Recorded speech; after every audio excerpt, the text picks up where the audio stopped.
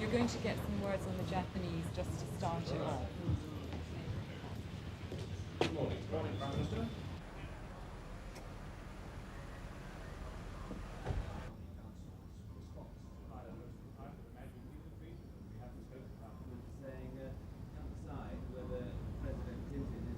Decision on Gerry Adams' visa?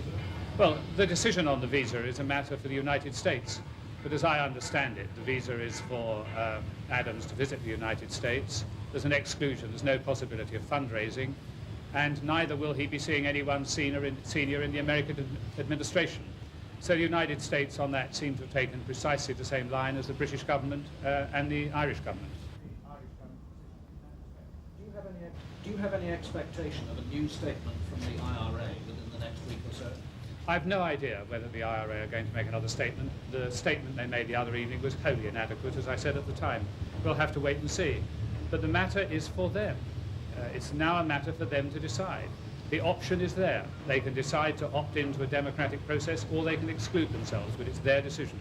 I would prefer them to opt in on satisfactory conditions, but if they don't, we will continue without them. And was Mr. Bruce... Do you have any comment on Ron Davis, the Shadow Wealth Secretary, who says the Prince of Wales is not fit to be king? Well, I heard of those comments out here. I'm absolutely astonished that someone who is in the Shadow Cabinet and who would presumably be the Welsh Secretary in a Labour administration can speak in this fashion, particularly about someone who cannot answer back.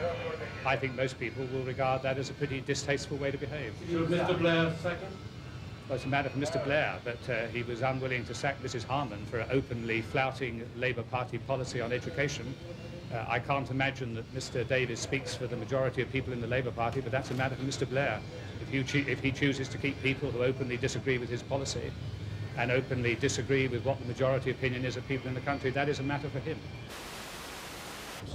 Well, I think it's understandable that people in Hong Kong are concerned about what is going to happen at the change of sovereignty in 1997.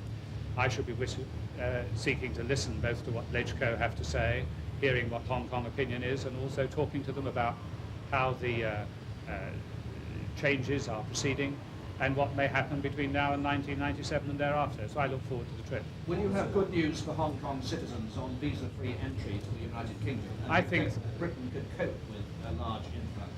Well, there's a large number of matters to discuss with, but to discuss with people in Hong Kong. But I'll say what I have to say when I get there.